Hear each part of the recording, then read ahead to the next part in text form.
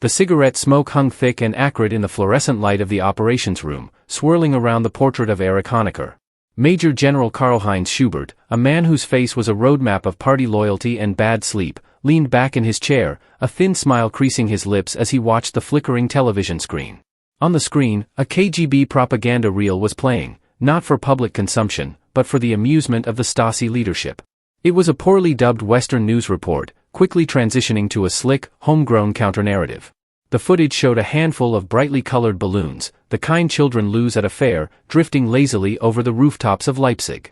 These were the Freedom balloons, a minor, persistent irritation launched by West German, British, and American groups, designed to carry little more than pamphlets, thin, cheap paper printed with Western election results, forbidden literature, and, most mockingly, coupons for West German supermarkets.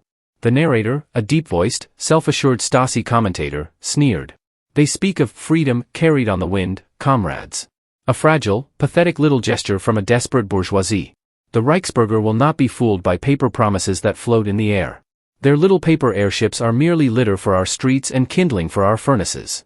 The reel cut to a shot of a uniformed Volkspolizei officer calmly collecting the fallen pamphlets with a long-handled grabber, his face impassive, an image of quiet, disciplined disdain.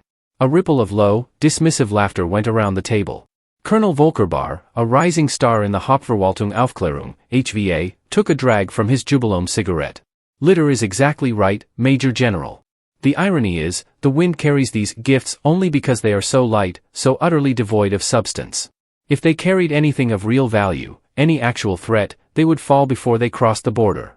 This was the prevailing, comforting lie of the East German state security apparatus, the Stasi, that the border, the inner German border, IGB, that monstrous, 858-mile ribbon of steel mesh, mines, tripwires, watchtowers, and dog runs, was not merely a physical barrier, but a psychological triumph. It was proof of the permanence of the German Democratic Republic, the GDR. The few who made it across were seen as aberrations, not evidence of a systemic failure. The Freedom balloons were just another example of the West's pathetic attempts to puncture a reality that was, for the Stasi men in the room, solid as concrete. But 300 kilometers south, in the provincial town of Posneck, Thuringia, one man had stopped laughing a long time ago.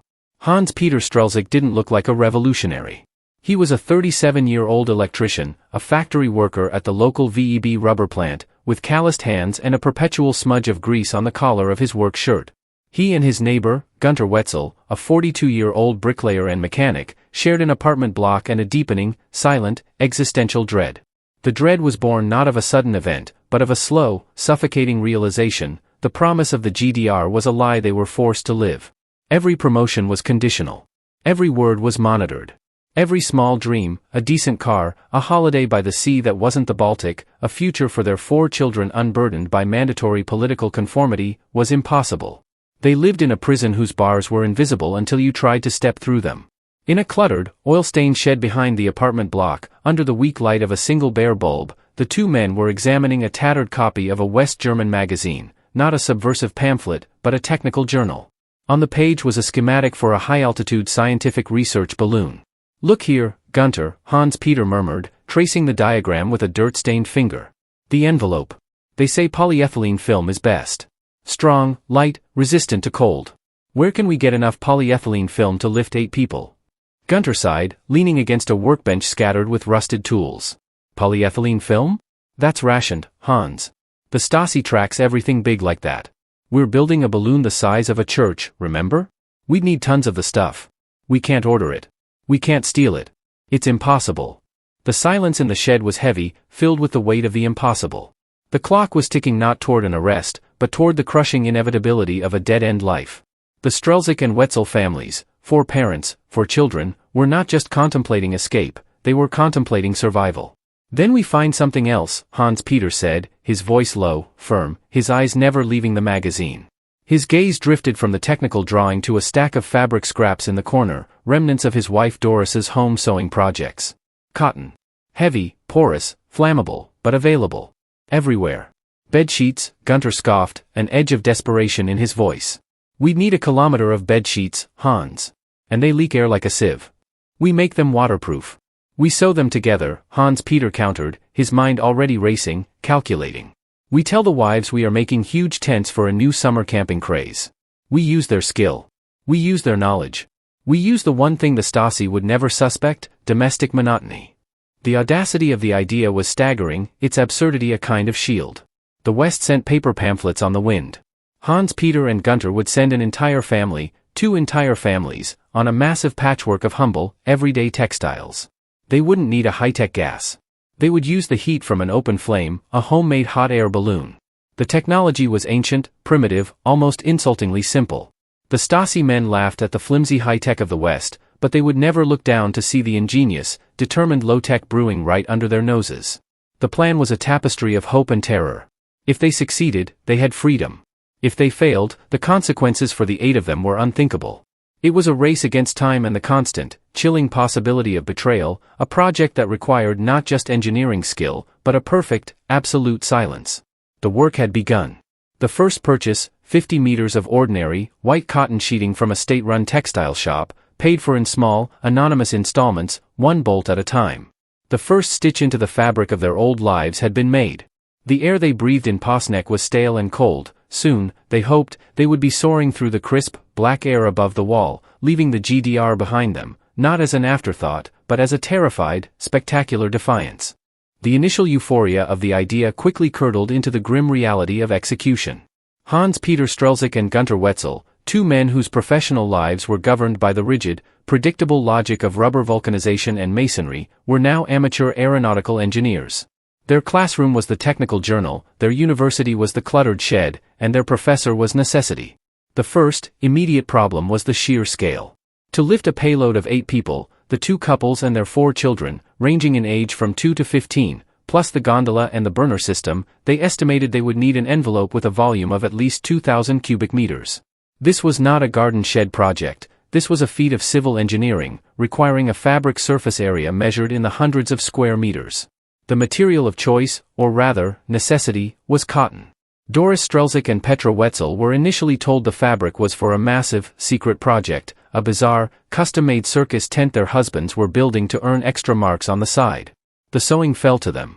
The work began in the cramped, humid attic of the Strelzik home, the highest point in the building, the place least likely to be immediately scrutinized by a neighbor's casual glance. Doris, a highly skilled seamstress, looked at the bolts of cotton, white, then eventually dull brown and beige to better absorb the sun's heat and blend into the night sky, and felt her first pang of professional dread. Hans, this material, it's like a sieve. It's too porous. You'll lose all your hot air instantly, she whispered, the whir of her sewing machine a counterpoint to the thumping of her own fearful heart. Hans Peter, ever the planner, revealed the next step of the secret. We treat it, Doris. We seal it. Their solution was as audacious as the balloon itself, impregnating the cotton with a fireproofing, moisture-resistant substance. After weeks of discreet experimentation in the shed, they settled on a mixture of diluted latex and a chemical compound smuggled from the rubber plant, applied with paint rollers. The process was agonizingly slow, conducted in the dead of night, the fumes overwhelming the small shed, forcing them to work in shifts, constantly peering out into the darkness for the shadow of a Stasi car or the bright beam of a Volkspolizei flashlight. The stench of chemicals clung to their clothes, and they invented complex, elaborate lies to explain it to neighbors and colleagues. It was a new industrial cleaning agent. They were experimenting with waterproofing tents. The sheer banality of their excuses was their best defense. Who would suspect such a spectacular, dramatic plot hiding behind the smell of drying rubber?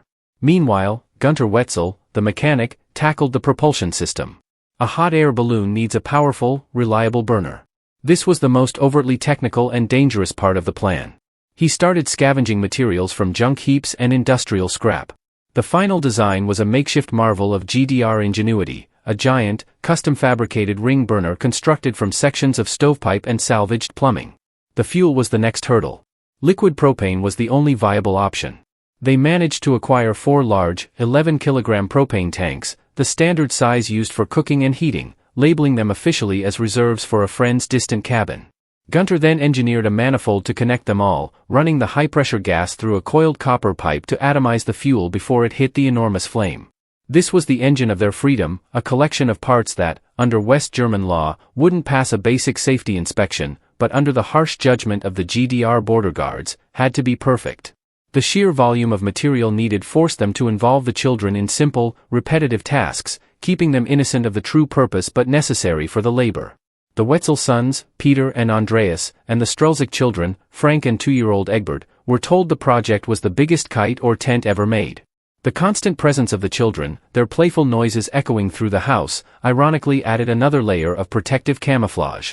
What serious enemy of the state would spend 2 years building a flimsy tent with their toddlers underfoot? As the balloon's massive envelope grew, it became impossible to hide in the attic. In late 1978, the families moved their operation to a vacant, dusty machine shop belonging to a relative who had been convinced the men were building an enormous, custom-grain silo. In this larger space, they could finally spread out the colossal fabric, which now consisted of over 1,200 square meters of sewn, chemically treated cotton. It looked less like a tent and more like the collapsed skin of a gigantic, sleeping beast. It was during a late-night stress test of the fabric that their first disaster struck. They had sealed a section of the balloon envelope and were testing its ability to hold air pressure using a large, industrial fan. They inflated it to half-size inside the machine shop. The sudden, massive, billowing shape was terrifyingly obvious. Just as the fabric reached its apex, a passing security patrol, a couple of bored NVA, National People's Army, soldiers in a jeep on a routine perimeter check, slowed down outside the shop. The light from the street lamp caught the white cotton through the dusty, high windows. Hans, Peter and Gunter froze, hands on the emergency fan kill switch. The soldiers peered into the darkness, but the structure's bulk and the dirt on the windows, coupled with the men's calm silence, convinced them it was just an abandoned tarp or a stack of insulation. The jeep slowly accelerated away. The encounter was a seismic shock. They had failed the test of invisibility. The project was too big, too obvious. They realized they could never test the full balloon envelope for inflation before the escape. The first time the full fabric would be inflated with fire would have to be the night of their one and only attempt. They were designing an aircraft that, by necessity, would take its maiden voyage with 8 human lives on board and 0 test flights in its logbook. The commitment to silence and secrecy hardened into a cold, terrifying resolve. The only way out was up.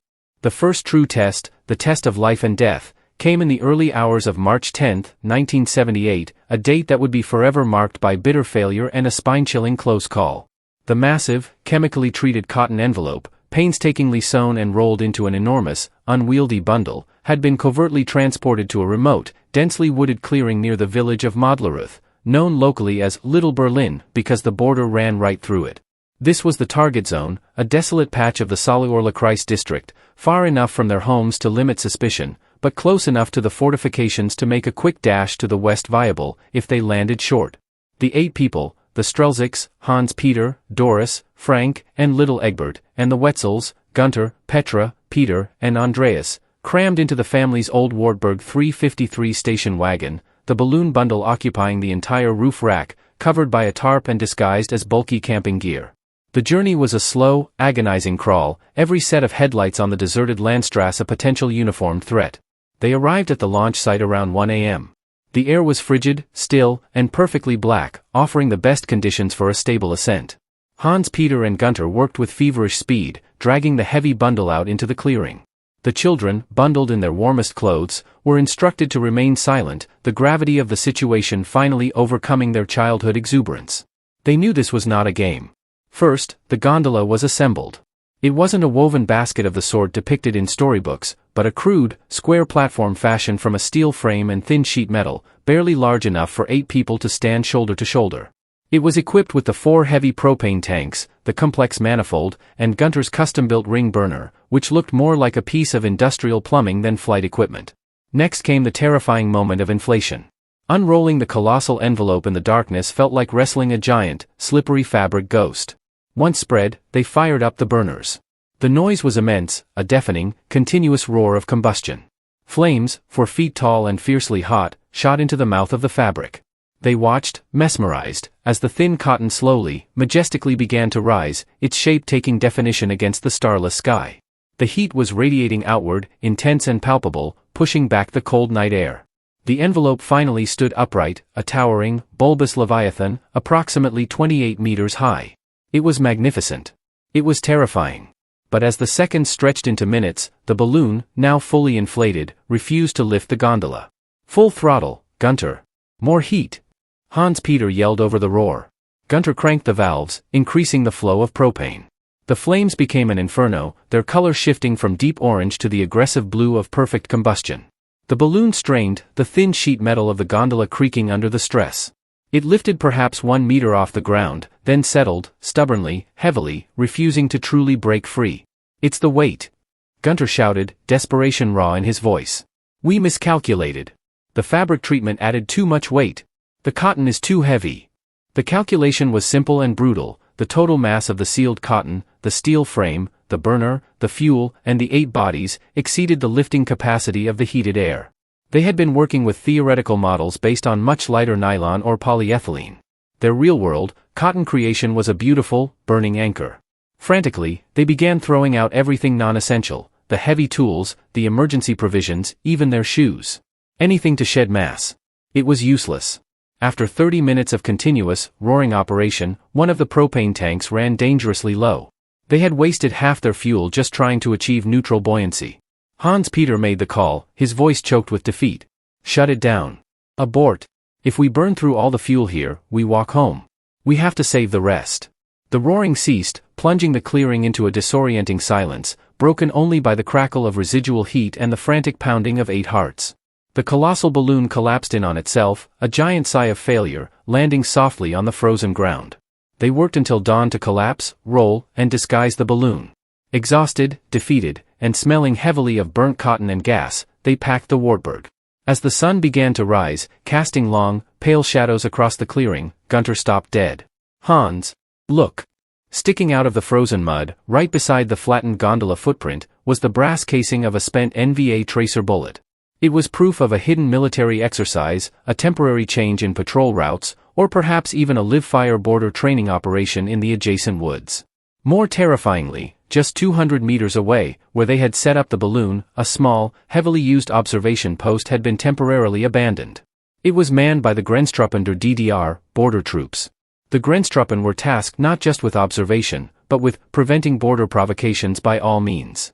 If their roaring burner had been operating just 30 minutes longer, if the wind had carried the immense noise and the smell of burning propane toward the post, the border guards would have been upon them, armed with automatic rifles and a shoot-to-kill mandate. Hans-Peter stared at the empty post, his skin crawling. "We were too slow. The machine betrayed us, but it also saved us," he whispered. "We have to build a new one. A lighter one. We leave nothing to chance this time." They drove back to Posnek, a heavier, wiser, and more utterly terrified group of 8. The failure was a necessary lesson. The Stasi, meanwhile, would soon be receiving the first tantalizing, yet fragmented, reports of a massive, unexplained burn site near the border, reports they would initially dismiss as either a local industrial fire or a rogue farming incident, too extraordinary to be a simple escape attempt. But the scent of propane lingered in the air, a ghost that would eventually lead the investigators right to their trail.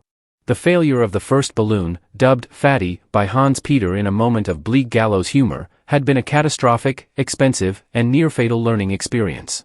But for Hans-Peter Strelzik, a man whose determination was fueled by a deep-seated rejection of a controlled life, failure was merely data. The problem wasn't the concept, it was the density of the cotton. Back in the relative safety of Posnek, the families plunged into a deeper, more desperate phase of secrecy. The initial test had drained their financial resources and, more importantly, put them on a silent, unseen watch list. The Stasi's investigation into the March burn site was already underway, though moving with the bureaucratic slowness typical of an incident that lacked a clear political perpetrator. Major Schubert's office in Normannenstrasse had delegated the task to a regional field unit, which was conducting low-level inquiries in the farming and forestry communities near Madleruth. The consensus was that some illegal operation, perhaps black market fuel siphoning or a massive campfire gone wrong, was responsible. The idea of a manned balloon was simply too ridiculous to entertain. It belonged in a Jules Verne novel, not the sober, engineered reality of the GDR. Yet, one sharp-eyed investigator, Hauptmann Gerhard Müller, noted the distinct radial burn pattern at the center of the clearing and the absence of any signs of a traditional camp or industrial fire. He logged the details, the presence of copper wire residue, traces of heavily treated fabric, and filed a suspicion of complex sabotage attempt report, tagging it with a low priority code. The Stasi had started looking, but they were looking for spies and saboteurs, not families and seamstresses. Meanwhile, Hans-Peter and Gunter were already designing Slimmer, the second balloon. The weight of the envelope had to be halved. This meant abandoning the dense cotton and searching for a synthetic material. After weeks of discreet inquiries, a new material emerged as the only viable option, nylon taffeta, the thin, lightweight fabric used to manufacture weatherproof linings for coats and parachutes. This material was harder to acquire and much more expensive. The families liquidated every asset, bicycles, furniture, savings bonds, anything that could be converted into the hard currency needed to buy the vast quantities of fabric. They bought it in tiny batches, traveling to different towns, using cash only, inventing a kaleidoscope of plausible lies. Doris needed it for a massive run of custom ski jackets. Petra claimed it was for a theater troupe's elaborate costumes. They acquired 1,250 square meters of the material, a quilt of browns, blues, and grays, lighter than air compared to the cotton.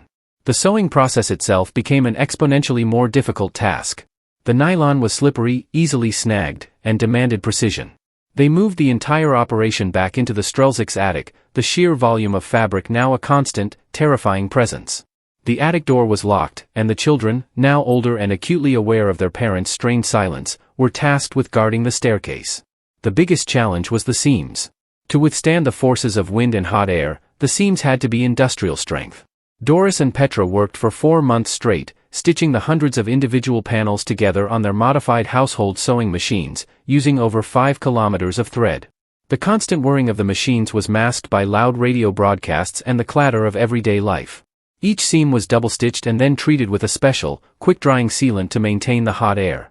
The burner and gondola also underwent a drastic redesign. Gunter managed to source lighter-gauge sheet metal for the gondola, drilling hundreds of holes in the floor plate to reduce mass without compromising structural integrity.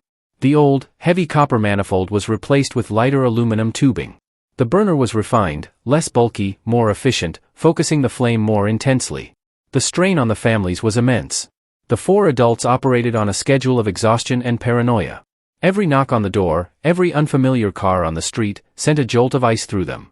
The children stopped asking why they couldn't invite friends over. They had internalized the silence. The escape had ceased being an adventure. It was now a full-time, high-stakes, shared psychosis. In July 1979, the final seams were stitched. The envelope, now a shimmering, multicolored canopy of synthetic fabric, lay coiled in the attic, a silent promise. They decided on the launch window, the brief, dark period between late summer and early autumn, before the prevailing western winds shifted to the north, and before the cold made inflation impossible. But as they prepared for the final, critical push, Hauptmann Muller's low-priority file landed on the desk of a senior Stasi colonel who was looking for a pre-vacation success story. The report, highlighting the unexplained fabric residue and the copper wiring, was cross-referenced with recent inventory checks at textile factories and metal shops. The resulting pattern was damning. Large, untraceable purchases of nylon taffeta over a 6-month period, combined with bulk orders of specialized aluminum tubing, all pointing to a distinct Thuringian region, the same region that included Posnek. The Stasi wasn't looking for a balloon yet, but they were looking for a network of industrial thieves who were building something massive, light, and hidden. The circle was tightening, and the men who laughed at paper balloons were about to be confronted by a desperate, massive tapestry of defiance. The hunters were getting closer. The pressure on Hans Peter and Gunter was no longer abstract, it was an escalating, tangible heat. In the second week of August 1979, an unfamiliar Barkas B-1000, the unmistakable, boxy utility van favored by the Stasi surveillance teams, was spotted idling near the Strelzyk apartment block. It stayed for 2 days, positioned to watch the main entrance and the back sheds. The surveillance wasn't subtle, it was a deliberate show of force, designed to make the residents feel exposed and nervous. The Strelzyks and the Wetzels knew instantly, the police might be looking for industrial thieves, but the state's security arm, the Stasi, MFS, was now looking directly at them. Hans Peter, using his electrician's knowledge, placed a small, almost invisible mirror outside his window, allowing him to check the street without exposing himself. He confirmed the van was rotating 3-man shifts, men in cheap, ill-fitting civilian clothes, smoking too much and pretending to read newspapers. This was not a random check. This was the main Directorate 8, Surveillance and Observation, and their patience was finite. The balloon, now completed and carefully folded, was hidden beneath a stack of coal in the attic. They had to move. Immediately. The initial plan had been to wait for the perfect astrological and meteorological alignment, a deep, new moon, zero surface wind, and a steady, prevailing westerly high in the jet stream. That was no longer a luxury they could afford. The surveillance meant every day they waited increased the probability of a raid, a search warrant, and the chilling finality of prison. They chose the night of August 15, 1979.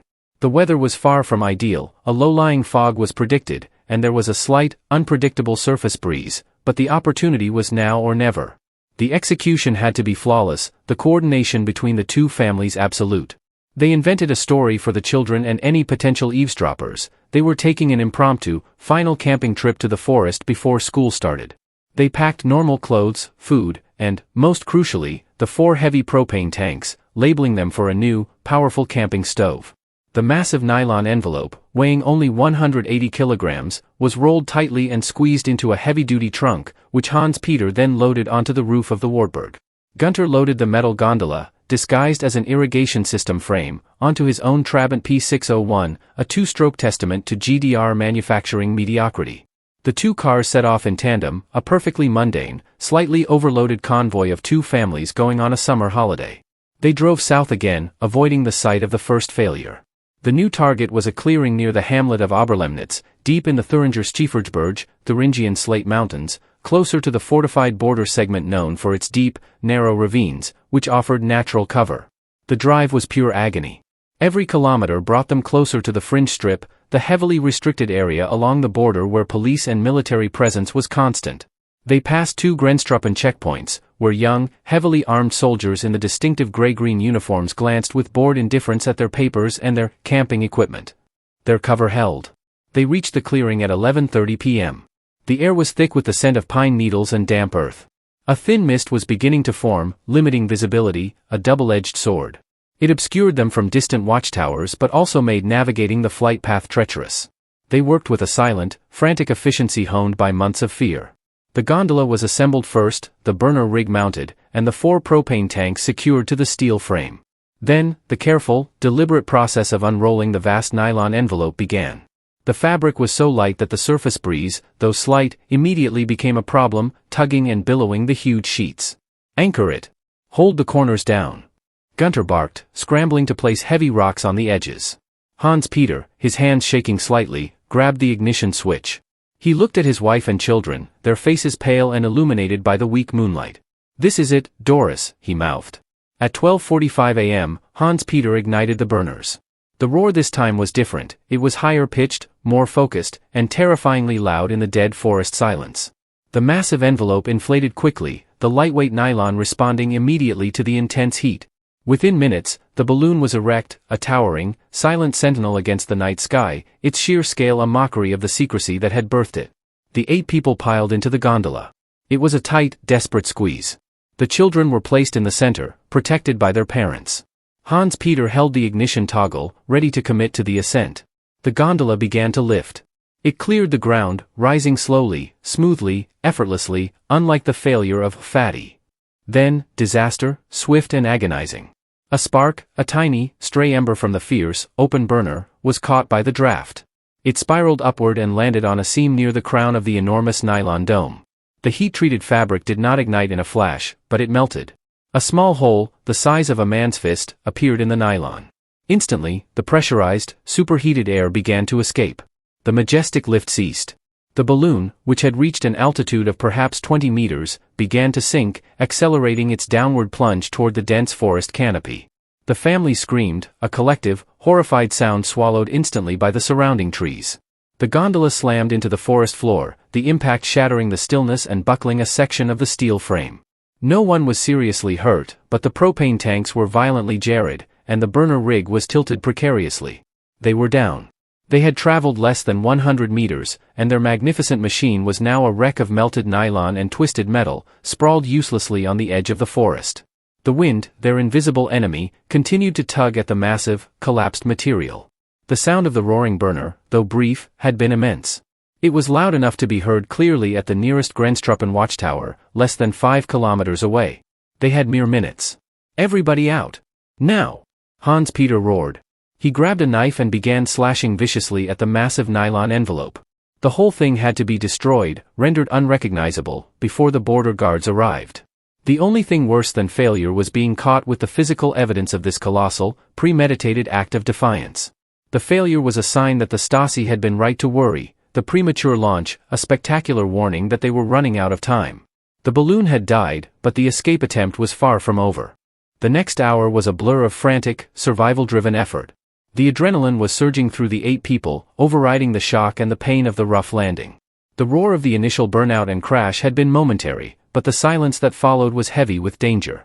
They were in the fringe strip, the most heavily patrolled area, and they knew the Grenztruppen would be investigating the noise immediately. The fabric. We burn the fabric. All of it. Hans-Peter screamed, his voice strained and hoarse. He and Gunther grabbed their emergency jerrycans of gasoline, meant for the cars. The nylon, treated with fire-retardant sealant, would not ignite easily, but soaked in fuel, it became a massive, highly visible pyre. They dragged the colossal, crumpled mass of nylon, a mosaic of greens, blues, and browns, into a tight pile next to the dented gondola frame. Doris and Petra, recovering quickly from the crash, rushed the children back to the cover of the dense pine trees, instructing them to remain silent, no matter what they saw or heard. The men doused the fabric, the sickening smell of petrol mixing with the residual odor of propane and burnt nylon. Hans-Peter threw a lit match onto the mound. The resulting fire was immense and blinding, a raging tower of synthetic flame that illuminated the entire clearing. The heat was so intense it forced them back 20 meters, shielding their faces from the terrifying glare. The nylon melted and shriveled rather than cleanly burning, leaving behind a sticky, tar-like black residue and a colossal column of thick, oily, black smoke that shot straight up into the low-hanging fog. The plume of smoke was their death warrant, a spectacular signal to anyone within a 10-kilometer radius. They had traded stealth for absolute destruction of evidence. While the fire raged, Gunther systematically dismantled the burner rig and the precious propane tanks. He used a heavy wrench to smash the distinctive aluminum tubing and manifold into unrecognizable scrap metal, throwing the pieces deep into the surrounding undergrowth. The steel gondola frame was too heavy to move or burn, so they focused on obscuring it, using shovels to bury it under a shallow mound of earth and pine needles. The clock was ticking down to 0. They heard the distant sound first, the unmistakable, rising wail of a siren, quickly joined by the heavy thump-thump of an NVA transport truck on the access road. The border guards were coming in force. "Leave it. We have to go," Hans-Peter yelled, grabbing Gunther. They ran for the cars, which were still parked innocently along the forest track. They jumped into the Wartburg and the Trabant, the smell of smoke and fear heavy in the cabins. The cars, though packed with children, started instantly. They drove away from the fire, not toward Posneck, but deeper into the forest access roads, attempting to circle back home by a long, circuitous route. Just as they turned onto the main road, a Grenztruppen jeep, followed by the large NVA truck, sped past their position, heading directly for the column of smoke now visible against the breaking dawn. The soldiers, focused on the disaster site, glanced at the 2 dusty family cars and continued on. The sheer, breathtaking nerve of driving away from the scene of the crime and right past their pursuers was their ultimate disguise. By the time the Grenztruppen arrived at the clearing, the fire was reduced to smoldering, tarry ash. The officers found a massive, heat-scorched patch of earth, a freshly buried steel frame, and the nauseating stench of propane and burnt rubber. They also found something else, the distinct, clear tracks of 2 family-sized cars leading away from the scene. The report that landed on Major General Schubert's desk in Normannenstrasse hours later was terrifyingly clear. Event: massive fire and explosion in the fringe strip near Oberlemnitz. Evidence: residual propane fuel, specialized aluminum/copper alloy fragments, 1,250 square meters of high-quality, synthetic textile residue, nylon taffeta, not cotton. Conclusion: this was not a campfire or a farming accident. It was the calculated destruction of a device designed for high-altitude transport. A military-grade escape attempt. The new target: the suspects had to be engineering professionals or expert fabricators with access to sophisticated, ration materials. And they were local. The Major General finally stopped laughing at the freedom balloons. This was no pamphlet, this was a war machine disguised as a toy. He immediately contacted the Department 2, Counterintelligence, and initiated Operation Ballenflucht, Balloon Escape. The full resources of the Stasi, surveillance, informants, border patrols, and specialized interrogation teams were now directed at a single, terrifying goal: identifying the 2 families who had engineered this spectacular failure and stopping them before they could try again. Hans-Peter and Gunther, shaken but alive, arrived back in Posneck. They had no balloon, no fuel, and virtually no money. But they had the knowledge. They knew the slimmer design worked, but needed better execution and more fuel. They knew the border was penetrable. And they knew the Stasi was now hunting them, not just with surveillance vans, but with full-scale intelligence operations. The failure had bought them time, perhaps a few weeks, tops, before the net closed. They had to build the 3rd, final balloon. The stakes were no longer freedom, they were their lives. The days following the second, catastrophic failure were marked by a suffocating fear. Hans-Peter Strelzik and Gunter Wetzel were now living under a shadow. They knew the Stasi operation, Ballenflucht, would be a dragnet. Every technical expert, every textile worker, every known dissenter in the region would be scrutinized. The surveillance van was gone, replaced by something far more chilling: invisibility.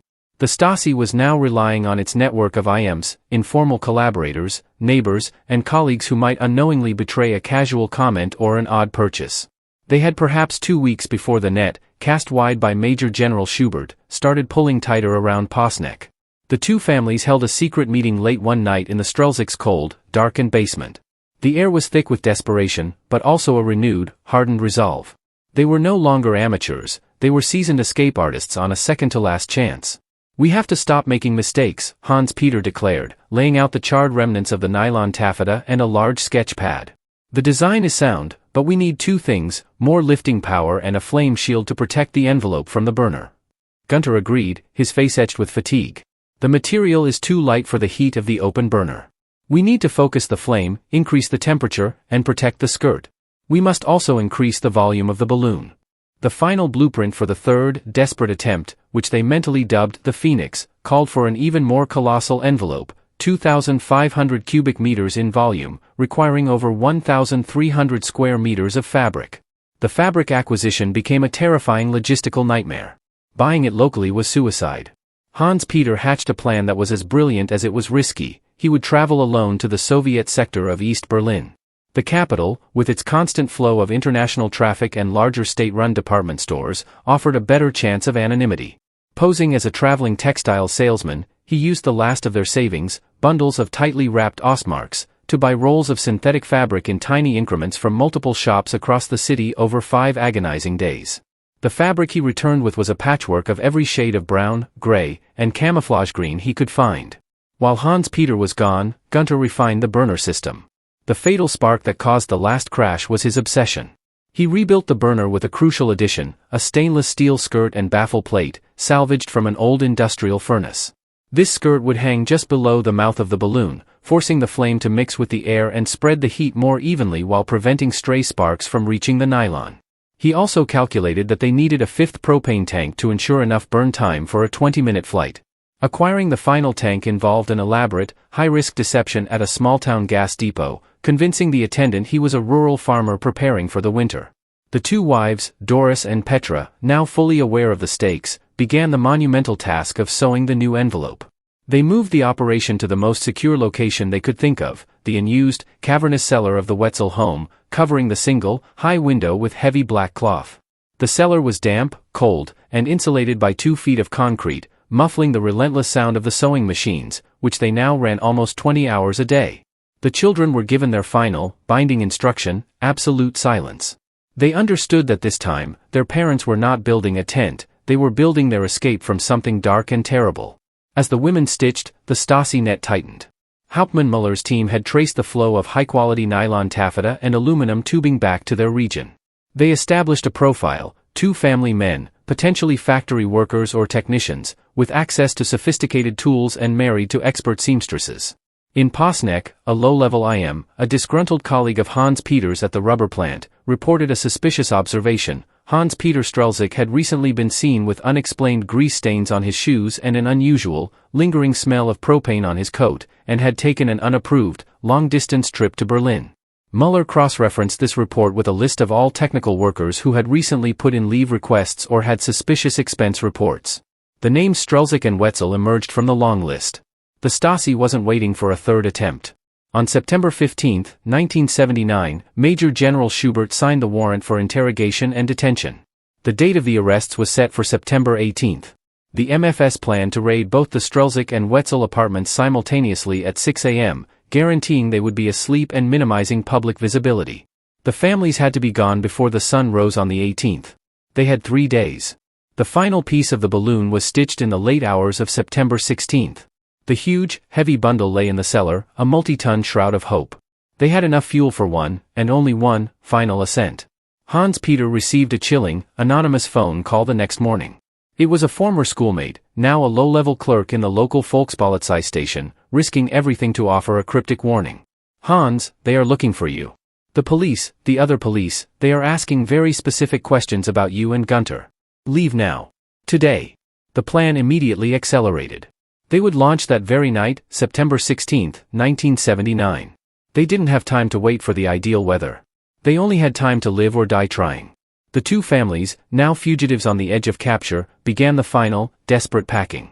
They were going to fly under the cover of a rising gale and a rapidly descending moon, knowing that the men coming to arrest them were only hours behind. September 16, 1979. 6 p.m. Posneck. The atmosphere in the two apartments was not one of excitement, but of chilling, surgical focus. The warning, a single, anonymous phone call, had converted fear into sheer, mechanical action. There was no time for goodbyes or sentimentality. This was the final, irreversible logistics run. The massive, folded nylon envelope, the product of countless hours of stitching, was hauled from the Wetzel cellar. The burner system, now complete with its crucial stainless steel skirt and 5 propane tanks, was loaded into Gunter's Trabant. The 8 people packed one small backpack each, essential documents, a handful of family photos, and a small radio tuned to the West German frequency. Everything else, their furniture, their belongings, their entire lives, was abandoned, left as a perfect, normal facade for the Stasi agents who would arrive in less than 36 hours. The plan was a slightly modified version of the last failed attempt, but the destination was different. They would aim for a launch site near the town of Tanroda, farther south and west of the previous attempts. This location offered a better wind trajectory to cross the 28 miles of fortified border directly into the Bavarian forest, deep inside West German territory, and away from the densely populated border towns where a stray landing might still put them within the range of armed patrols. The 8 people crammed into the 2 small cars. Doris, Petra, and the 4 children were in the Wartburg with Hans Peter. Gunter drove the Trabant, its tiny 2-stroke engine struggling under the weight of the steel gondola and the 5 propane tanks. They drove with agonizing adherence to the speed limit, a desperate attempt to appear unremarkable. As they exited Posneck, Hans Peter glanced into his rearview mirror. Nothing. But the fear wasn't in the visible, it was in the imminent, invisible pursuit. He pictured Major General Schubert's men, the interrogation rooms, the endless cycle of isolation and broken hope. That image was the final fuel for his resolve. The drive was punctuated by silent prayers and sharp, fearful breaths. The fringe strip checkpoints, usually a minor annoyance, were now terrifying obstacles. At the final checkpoint, a young Grenztruppen corporal examined Hans Peter's exit permit. He was only looking for contraband, not fugitives. He waved them through, the fate of the 8 people resting on his momentary lack of suspicion. They reached the chosen clearing near Tanroda at 10 p.m. The site was a tiny, unused field adjacent to a deep forest, separated from the border fortifications by just 1.5 kilometers of thick woods. The conditions were poor, the wind was gusting intermittently, making the inflation highly risky. But they had no choice. 10:30 p.m., the assembly. Working under the dim, red glow of a single hand lantern, red light being least visible to the eye at a distance, they began the final assembly. The burner rig was mounted to the gondola. The new, wider skirt and baffle plate were secured. The 5 propane tanks were checked, their valves tight. Unrolling the massive, 1,300 square meter nylon envelope was a monumental struggle in the gusting wind. It billowed, catching the draft and threatening to tear, forcing all 4 adults and even the 2 older children, Frank and Peter, to anchor the corners, wrestling the light, slippery fabric into submission. Gunter, the mechanical anchor of the operation, connected the manifold to the 5 tanks. The entire apparatus was a testament to his determination, a Frankenstein's monster of plumbing, welded metal, and desperation. 11:15 p.m., ignition. Hans Peter climbed into the gondola, his hand gripping the brass valve controls. He gave a sharp nod to Gunter. This was the moment of absolute commitment. He opened the valves and the sound returned, the roaring, continuous combustion. The burner, now shielded by the steel skirt, sent a tightly focused plume of heat into the nylon dome. The balloon inflated even faster than the last time, the greater volume and lighter material responding instantly. But the wind was a vicious enemy. The massive envelope, as it gained shape, was buffeted and slammed against the forest edge. It took 3 terrifying minutes before the balloon stabilized, now towering 28 meters overhead, an impossible, shimmering mosaic of synthetic fabric against the deep night sky. Hans Peter cut the main burner, allowing the internal air temperature to equalize, listening intently to the silence. The gondola, heavily loaded with 8 people, remained tethered to the ground by thick ropes held by Gunter and the children. "The temperature is too low," Gunter shouted over the wind. "The ambient temperature is dropping too fast. We need a sustained, high burn to break free." The air temperature at that altitude was likely below zero, and the gusting wind was leaching heat away from the envelope. They risked burning through their fuel before achieving lift. Hans Peter cranked the burners again, a sustained, desperate roar that lasted 2 full minutes. The enormous nylon dome strained against the ropes. "Let go!" Hans Peter yelled, his voice barely audible. Gunter and the boys cut the tethers. The balloon hesitated for a single, agonizing second, then, with a majestic, shuddering sigh, it rose. The gondola, crammed with the 8 silent people, left the ground at 11:30 p.m. The third time was the ascent. They were free of the earth, but now they faced the hostile, empty night sky, and the guns of the state below. Their vertical escape had begun. The sudden, majestic silence that enveloped the gondola was as profound as the roar of the burner had been. They were airborne. Below them, the world of the German Democratic Republic, the world of endless fear, rationing, and surveillance, shrank into a mosaic of dark fields and pinpricks of light. Hans Peter, standing at the makeshift control panel, immediately killed the burner to conserve their precious fuel. The balloon continued to climb on its own momentum, ascending at a terrifyingly rapid rate. The ground receded quickly, and the cold of the high altitude began to bite, even through their thick winter coats. Their immediate enemy was the border itself, the infamous inner German border, IGB, often called the Death Strip. This was not just a fence, it was a complex, multi-layered system of deterrence, a 5-kilometer restricted access zone, followed by anti-vehicle ditches, multiple runs of high-tensile steel mesh fencing, watchtowers every 500 meters, minefields, and automated, shoot-on-sight booby traps known as SM-70 directional fragmentation mines. Gunter, pressed against the cold steel of the gondola, kept his eyes locked on a compass dangling from a hook. His face was barely visible in the weak, red glow of the pressure gauge lamp. "We're heading almost due west, Hans. The wind is strong, maybe 10 knots. We're moving fast." They estimated the IGB was only minutes away. The goal was to climb to an altitude where they were out of range of small arms fire and too high for the searchlights of the watchtowers to effectively track them. They had to clear the tallest structures, the observation towers, which reached up to 30 meters. As they passed the 500-meter mark, the sheer scale of the border materialized below them. It was a scar of light running across the black landscape, the blinding, concentrated floodlights illuminating the Death Strip itself. The Grenztruppen watchtowers were visible now, spaced like concrete sentinels, their dark silhouettes momentarily blocking the stars. Suddenly, a searchlight beam, thick and yellow, sliced through the air below them. It was not tracking the sky, but scanning the ground for movement. The roaring burner had been heard, but the guards were initially looking for a ground breach, a failed vehicle escape, or perhaps the wreckage of another failure. They were looking down, not up. Hans Peter took the opportunity. He fired the burner in a short, powerful burst. Whoosh! The roar echoed across the dark fields.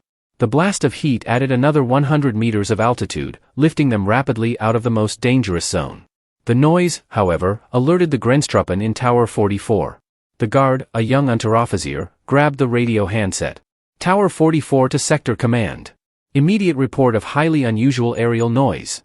Loud combustion, fast ascent, location Tanroda sector. Requesting permission to deploy searchlights on aerial vector." The radio chatter escalated instantly. The border was in lockdown. Hans Peter looked down and saw a horrifying sight, the flash of light as the SM-70 mines, triggered by the slightest vibration or wire cut, were armed. He saw the black ribbon of the fence line, and just beyond it, the plowed control strip, designed to show footprints. They passed directly over the control strip. The gondola, swaying gently, cleared the wire mesh and the minefields with what felt like mere feet to spare. The children, packed tightly between their parents, began to cry softly, not from fear, but from the bone-deep cold. Their maximum altitude stabilized around 2,000 meters, 6,500 feet. The air was thin, the visibility excellent, and the cold was excruciating. At this height, the balloon entered the jet stream, and their speed increased dramatically. They were flying at approximately 30 miles per hour. From 2,000 meters, the lights of East Germany looked orderly and uniform. But the wind was carrying them over vast, dark forests. The sheer unpredictability of the wind currents was their new enemy.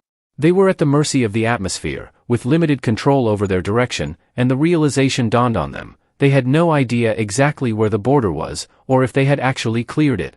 Gunter, consulting the compass, suddenly pointed. Below them, the pattern of lights changed.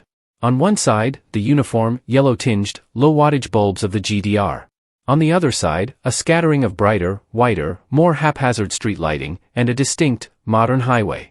"Look, Hans! That must be it," Gunter exclaimed, pointing to a dark, deep depression in the forest floor that seemed to mark a distinct change in the landscape. "The Bavarian forest. That's West German lighting. We're over." The elation was instantaneous, silent, and profound. The four adults exchanged quick, tearful glances. They had done it. They had crossed the Iron Curtain on a patchwork of stolen fabric and ingenuity.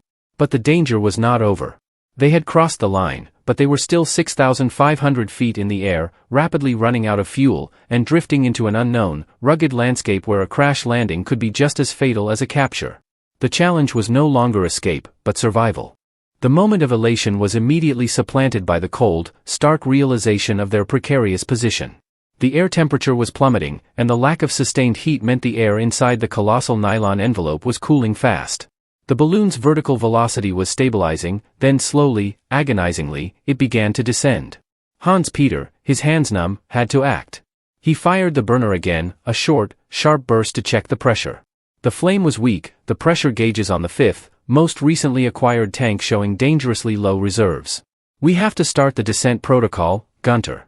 We can't afford another sustained burn," he stated, his voice a tight whisper against the rushing wind.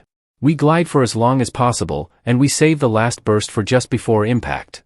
They were over the Bavarian forest, an area of rugged terrain, hills, and dense coniferous woods. A crash landing here would be catastrophic, 8 people tumbling into the treetops or onto granite boulders. They needed open ground. Hans Peter located the ripcord, a heavy rope leading up to a large vent flap sewn into the very top of the balloon's envelope. Pulling this cord would intentionally vent the remaining hot air, causing a rapid descent. It was the only way to steer the landing, trading altitude for control. They continued to drift west, the ground lights rushing toward them as the balloon surrendered to gravity. They estimated their altitude to be around 2,000 feet. The children, sensing the change in motion and the parents' increased tension, clung silently to their mothers. Gunter, peering into the swirling darkness below, suddenly cried out, "Look! A town! And a clearing, maybe a large field just outside it."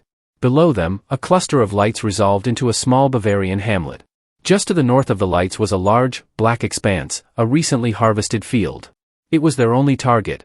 Hans Peter grabbed the ripcord. "Prepare for impact. Everyone hold on to the frame." With a tremendous heave, he pulled the cord. The effect was instantaneous and violent. The top flap of the massive nylon envelope tore open with a sharp, wrenching sound, like the snapping of frozen canvas. The superheated air rushed out, replaced by the freezing ambient air. The majestic, controlled descent turned into a terrifying, rapid freefall. The gondola swung wildly, the metal frame scraping against the outer ropes, throwing the passengers against each other. They plummeted from 1,500 feet down to 300 feet in mere seconds. The ground rushed up to meet them, the trees of the forest seeming to leap into the sky. Hans Peter focused entirely on the burner controls, praying the flame would ignite for one last, life-saving push. At an estimated 50 feet above the field, Hans Peter opened all 5 propane valves and ignited the burner one final time. Phoom! The last remaining gas produced a colossal, explosive burst of fire. The noise was immense, a final, primal roar of defiance. The blast of heat was enough to briefly arrest the gondola's descent, slowing it dramatically just before impact. The landing was still brutal. The gondola slammed into the muddy field, the impact fracturing the 2 metal runners, then dragged violently for nearly 30 meters across the churned earth, throwing up clods of dirt. The immense nylon envelope, now a deflated, useless shroud, collapsed entirely over the gondola, muffling the sound and trapping the 8 people in pitch darkness. The gondola came to a grinding halt. A profound, absolute silence followed. The only sounds were the ragged breathing of the 8 passengers, the gentle hiss of cooling metal, and the distant, muffled barking of a farm dog. Doris was the first to move, her voice shaking but firm. "Is everyone all right? Frank? Egbert? Peter? Andreas?" One by one, the children answered, a collective, fearful, yes. Hans Peter and Gunter used their knives to slash through the thick ropes holding the envelope around them. They emerged from the cocoon of nylon into the cold, damp field. The air smelled of mud, fresh earth, and the lingering, metallic tang of propane. They stood in the center of a wide, open field, surrounded by the remnants of their extraordinary aircraft. They had survived the flight. They had survived the border. But they were still alone, in a strange, dark country. Gunter knelt, his fingers digging into the soil, and brought a handful up to his nose. "It's different," he whispered, a tear tracking down his dirt-streaked cheek. "The earth smells different here." Hans-Peter pulled out the small radio. The western frequency, which had been static and barely audible, was now broadcasting a clear signal, a seamless, high-fidelity pop song by an American artist. It was the sound of freedom. But before they could fully absorb the moment, they saw lights. A set of powerful headlights swung across the field toward them, followed by the crunch of heavy tires on the gravel track. They instinctively froze, the conditioning of the GDR instantly overriding their freedom. Was it the police? Was it a patrol that had followed them across the border? The escape had worked, but had it truly ended? The headlights resolved into the unmistakable form of a heavy, dark green tractor, not a military jeep. Seated high on the machine was a man in overalls, squinting down at the wreckage in his field. He was a local farmer, awakened by the immense sound of the final burner burst and the crash landing. The farmer, whose name was August Muller, killed the tractor's engine and climbed down, holding a bulky flashlight. He walked toward the group of 8 silent, terrified people standing next to a colossal, multicolored pile of nylon. "Good God Almighty," Muller muttered, shining the beam over the crumpled fabric and the fractured metal gondola. "What in the devil is this? A circus tent that crashed?" Hans-Peter stepped forward, his body rigid, his hands slightly raised in a gesture of non-aggression, ready to launch into a practiced, panicked lie. But Gunter, his reserve finally broken, simply collapsed onto the muddy ground and began to weep, a deep, racking sound of absolute exhaustion and relief. Hans-Peter inhaled the cold, clean Bavarian air. We are refugees," he managed, his voice cracking with emotion. "We flew here. From the GDR." The farmer, August Muller, stared at them, his flashlight beam fixed on the strange, desperate faces and the impossibly large balloon. He was a plain-spoken Bavarian, but the reality of the Cold War was never far from the border region. He quickly understood the gravity of the scene. "Flew? You flew over the whole thing?" he asked, his voice now hushed with shock. He looked from the massive wreck to the 4 children, pale and shivering, clustered around their mothers. "Come inside. My house is just down the road. You're freezing."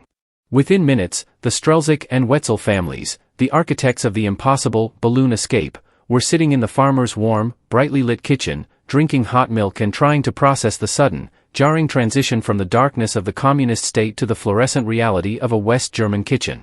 August Muller, however, immediately understood the protocol. This was not a minor incident. This was an international event. He telephoned the local police station in Nyla, reporting the crash of a large, unidentified flying object carrying 8 persons from the east. At 1:30 a.m., the first West German police car, an unmarked dark blue BMW E21, arrived, its siren silent. 2 uniformed officers, Obermeister Klaus Wagner and Meister Erich Brandt, cautiously approached the farm. They were met by a jittery farmer and 8 people who spoke perfect, if accented, German, but who were clearly shell-shocked. The moment of official confirmation came when Obermeister Wagner placed a hand on Hans-Peter's shoulder. "Welcome to the Bundesrepublik Deutschland," he said simply. "You are safe here. Completely safe." That single sentence, uttered without threat or precondition, was the true demarcation point of their freedom. Doris Strelzik covered her face and began to sob, the relief finally washing over her.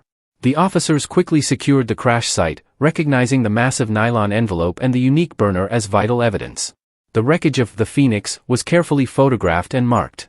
The balloon itself, the physical embodiment of their escape, had been reduced to a piece of evidence for the history books. Meanwhile, 300 kilometers away, the Stasi machine was fully operational. September 17, 1979. 6 a.m. Posneck. The Stasi arrest teams, under the direct order of Major General Schubert, executed the simultaneous raids on the Strelzik and Wetzel apartments. They broke down the doors, expecting to find the fugitives asleep. They found empty beds, neatly organized pantries, and a horrifying lack of struggle. The apartments were clean, but not too clean, the perfect, maddening sign of a planned, highly coordinated departure. The surveillance team found a note tacked to a refrigerator. "We were tired of waiting. Goodbye." Schubert was immediately informed. The failure of the raid was a professional humiliation. The 2 families, the balloon builders, had slipped through the net just hours before it closed. But the embarrassment quickly escalated to full-blown panic when, less than an hour later, West German intelligence, the Bundesnachrichtendienst, BND, began broadcasting cryptic, gloating details over the internal communication channels, details that would soon be leaked to the international press. 8 GDR citizens land safely in Bavaria after crossing the border via self-made hot air balloon. The Soviet KGB's official narrative, that the Western freedom balloons were pathetic, flimsy gestures, had just been utterly, spectacularly demolished. This balloon was not flimsy. It had carried 8 human souls across the Iron Curtain, proving that the wall was penetrable not just by force, but by ingenuity and desperate will. The Stasi's immediate, frantic task shifted from arrest to absolute, total suppression of the facts, and the launch of a new, massive operation, to find and destroy all remaining physical evidence and stop anyone else from copying the escape. But the story, like the wind, was already out. September 17, 1979. 11 a.m. Normannenstrasse 22, East Berlin. The atmosphere in Major General Karl-Heinz Schubert's office had curdled from dismissive laughter to frigid, paralyzing terror. The intelligence filtering in from the West was irrefutable. The 8 fugitives were in West Germany, under the protection of the authorities, and the story of the hot air balloon was already being fed to the Western press. Schubert stood by his window, a man carved from granite, but internally crumbling. The KGB's mocking propaganda about Western freedom balloons had been turned into the biggest political joke of the year, at the expense of the MFS. A symbol of the GDR's impenetrable border, the most fortified boundary in the history of the world, had been breached by 2 men, 2 women, and 4 children, using bedsheets and plumbing. The lie, Schubert hissed to Colonel Barr, who stood rigidly at attention. The lie we told the Politburo, the lie we told Moscow, that the border is secure, that our people are loyal, is now nothing more than a scrap of colored nylon. Operation Ballenflucht was immediately elevated to a priority 1 state security crisis. Its goal was no longer the arrest of Strelzik and Wetzel, but the total obliteration of their history. The first, frantic order was to sanitize Posneck. Stasi agents, hundreds of them, mobilized from Directorate 7, Defense and Security, and Directorate 8, Observation, descended on the town. They questioned every neighbor, searched every apartment, and sealed off the homes of the Strelziks and Wetzels. Every friend, relative, and colleague of the 2 families was subjected to hours of intense interrogation. The Stasi was hunting for accomplices, for technical collaborators, and, most crucially, for any remnants of the balloon construction. They were determined to stop the plans from falling into the hands of Western intelligence, fearing the balloon's blueprints could unleash a wave of copycat escapes. Simultaneously, the propaganda department, agitation and press, launched a full-scale counternarrative, a desperate attempt to control the domestic story. The press organs of the GDR, like Neues Deutschland, were fed a tightly controlled account. The families were described not as refugees, but as criminals and child endangerers who had abandoned their loyal socialist jobs and fled due to personal financial scandal, attempting a foolhardy and dangerous stunt that nearly killed their children. The term hot air balloon was never used, they were merely unauthorized aerial devices. But the international media storm was a force they could not contain. The West German tabloid Bild ran a front-page headline that spanned 3 columns, ACHT Fahren in die Freiheit. 8 Ride into Freedom. The details were sensational, the bed sheets, the propane tanks, the 2 failed attempts, the razor-thin margin of safety. The families, given sanctuary in the town of Nyla, were interviewed by every major news outlet. Hans Peter and Gunther, now accidental folk heroes, told their story with disarming simplicity. They just wanted a better life for their children. The most damning aspect for the Stasi was the global television coverage. The enormous, multicolored nylon envelope, the actual, physical proof of their failure, was displayed prominently by the West German police. It was a spectacular, tangible refutation of the GDR's ideological control. The story was picked up by the BBC, the Associated Press, and broadcast across the globe, becoming an instant, powerful symbol of courageous defiance against totalitarian oppression. The Stasi's internal report, written weeks after the event, concluded that the balloon escape was one of the most significant breaches of internal security in the history of the GDR, precisely because of its amateur ingenuity. It proved that ordinary people, using common materials and sheer willpower, could overcome the state's most sophisticated technological barriers. Major General Schubert would spend the next 2 years overseeing the largest, most pointless intelligence operation of his career, tracking down and purchasing all commercially available synthetic fabrics in the GDR that could be used for a similar escape, creating an effective, temporary textile rationing designed solely to prevent a repeat performance. Every hot air balloon kit, every specialized burner, every industrial-sized sewing machine in the border districts came under surveillance. The 2 families, Hans Peter, Doris, Frank, Egbert, Gunther, Petra, Peter, and Andreas, started new lives in the West. They received assistance, found work, and faded into the quiet life they had risked everything to achieve. Their magnificent, terrifying machine, the Phoenix, was eventually acquired by the House of Bavarian History for a major exhibition, preserved as an eternal monument to the power of human determination over the walls of tyranny. The laughter over the flimsy Western freedom balloons had stopped for good. The Stasi learned the hard way that sometimes, the simplest, most audacious dream, to rise above the problem, was the most effective weapon against a state built on the illusion of total control.